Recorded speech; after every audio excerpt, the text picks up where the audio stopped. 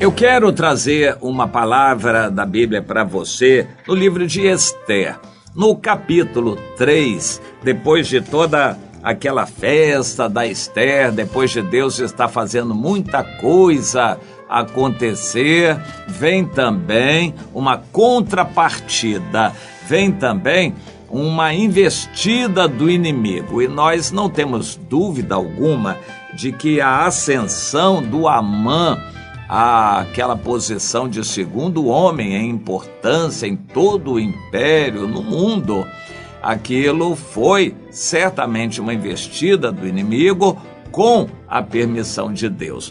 Todo o livro de Esther, toda aquela história que aconteceu, tem muito da mão de Satanás com a permissão de Deus. E se Deus permite, ele tem um propósito definido, ele tem um motivo, uma razão para fazer aquilo. Quando um acidente acontece, um mal com você, alguma coisa ruim, certamente Deus está olhando lá na frente e aquilo tudo vai resultar em bênçãos para você e para outras pessoas também. Deus é benigno, ele quer sempre o bem. No livro de Esther, nós encontramos momentos dificílimos, todos debaixo da supervisão de Deus. O Senhor não tinha abandonado o seu povo. Mas diz o texto aqui que depois daquilo tudo, o rei Xerxes, o Assuero, colocou um homem chamado Amã no cargo de primeiro-ministro. E ele era filho de Amedata e descendente de Agag. O rei ordenou que todos os funcionários do palácio se curvassem e se ajoelhassem diante de Amã em sinal de respeito. E todos os funcionários começaram a fazer isto, menos Mordecai, que também não era funcionário, mas ficava na porta do palácio. Ele não se curvava nem se ajoelhava. Aí os outros funcionários perguntaram a Mordecai: por que você não obedece à ordem do rei? Todos os dias eles insistiam com Mordecai para que obedecesse, mas não adiantava. O Mordecai não se curvava diante do Amã quando passava. Ele explicava que não obedecia porque era judeu. Então eles foram contar isso ao Amã para ver se o Mordecai continuaria a desobedecer às ordens do rei. O Amã ficou furioso quando viu que Mordecai não se ajoelhava em honra dele. E quando lhe disseram que Mordecai era judeu, Amã achou que não bastava matar somente Mordecai. Ele fez planos para matar também todos os judeus que havia no reino de Xerxes.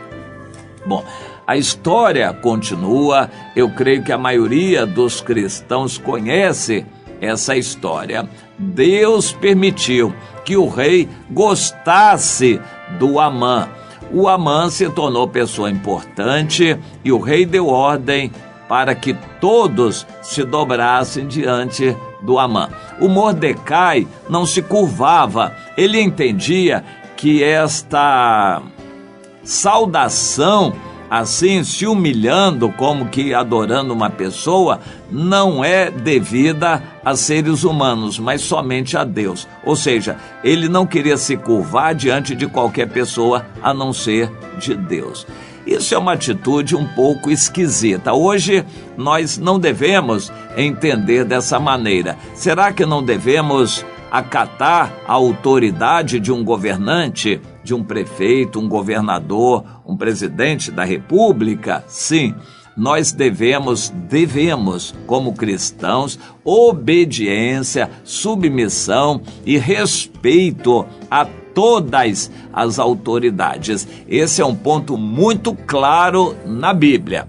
Mas sempre se levantam dúvidas. Mas e se essa autoridade for uma pessoa errada? Assim mesmo eu devo respeito a ele? Sim, toda autoridade foi constituída por Deus e nós devemos respeito a todas elas, independente do que elas são, do que elas fazem. pela autoridade de Deus que está sobre aquelas pessoas. Nós devemos respeito a todas as autoridades.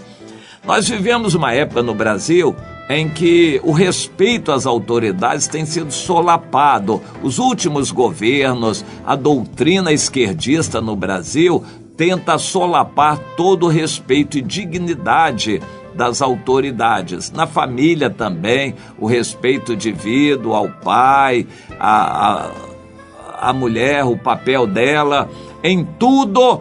Estas doutrinas que estão muito pregadas no Brasil estão contestando toda a autoridade, estão se levantando contra a autoridade estabelecida por Deus. Naquela época, não é que Deus estivesse mandando o Mordecai fazer aquilo, não se dobrar diante do Amã. No meu entender, o Mordecai fez errado. Mas acontece que Deus não assina todos os atos de seus servos. Davi era homem segundo o coração de Deus, mas fez muita coisa errada, inclusive mentia e matava inocentes, e Deus não aprovava aquilo. Mas acontece que Deus gostava de Davi, apesar daqueles erros. Vamos entender isto. Deus não endossava os erros de Davi. Deus não aprovava necessariamente a atitude do Mordecai. Mas Deus usou aquela irreverência do Mordecai para despertar a ira contra os judeus. O Amã foi entender a situação. Por que o Mordecai não se dobra? Porque ele é judeu. Então, todos os judeus são assim. E se esses judeus são impertinentes, insubmissos, eles têm que morrer. Eu vou mandar matar esses judeus todos. Eu sou autoridade agora, eu falo grosso em nome do rei, então eu vou arranjar um jeito de matar todos os judeus. E assim, ele organizou uma situação e escolheu um dia, dando assim um prazo bem longo, para que as pessoas se preparassem e naquele dia, o 13º do 12º mês, eles matassem todos os judeus. O Senhor estava por trás daquilo tudo e fazendo as coisas acontecerem. A seguir, nós vemos no capítulo 4 de Esther que o Mordecai foi pedir a Esther para fazer alguma coisa também. Inicialmente, a Esther ficou atônita e não viu como fazer algo, mas depois ela entendeu que deveria correr o risco de vida de se chegar ao rei para pedir, mas que ela não podia mais se omitir. Ficam para nós muitas lições. O cristão pode perder a vida, mas ele não deve abrir mão da verdade. A gente não deve se omitir. Há situações que não vão nos dar uma segunda chance. É somente aquela e não podemos perder.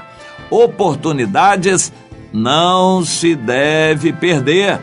Nós não devemos perder oportunidade, porque nunca sabemos se vai haver uma outra. O dia de Deus é hoje. A oportunidade é agora.